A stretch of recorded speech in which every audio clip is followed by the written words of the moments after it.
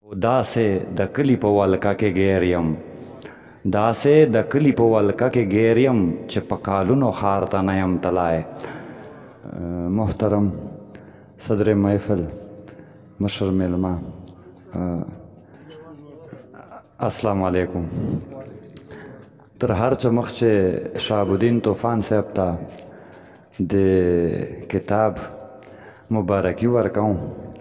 خو د طوفان صاحب د کتاب اهمیت خو په خپل جی باندې ده، خو له هغه نه دومه غټه فایده یې دا وکړه چې په سیمه ییزه سطح یعنې په مروت خوا چې جاوید احساس صاحب ادبي جمود یې مات کړ. چې مثال په طور دا د خراج تحسین لایق خبره ده، زه وایم چې یو دا د مالو لوري نه طوفان صاحب ته ورکړو.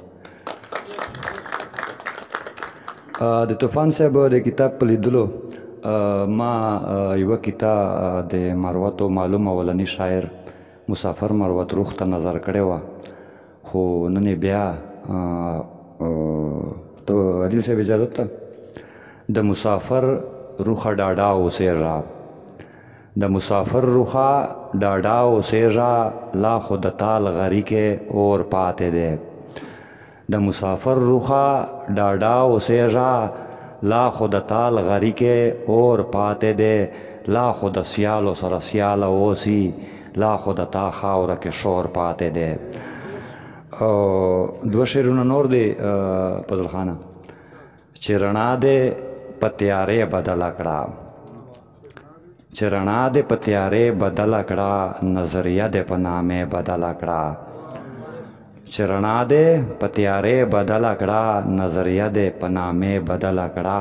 او فاروق جان خو فقط دومره درته وایم، فاروق جان خو فقط دومره درته وایم چې قبله دې له قبلې بدله کړه.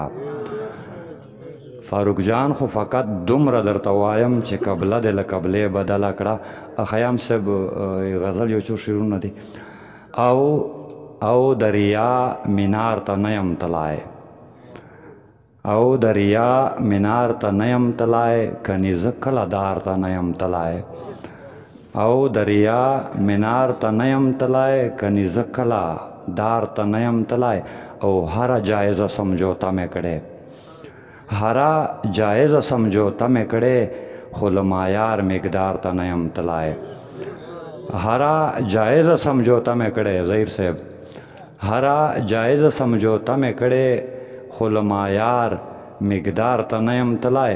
او داسې د کلي په ولکه کې ګیر یم، داسې د کلي په ولکه کې ګیر یم چې په کالونو ښار ته نه یم تللی. داسې د کلي په ولکه کې ګیر یم چې په کالونو ښار ته نه یم تللی.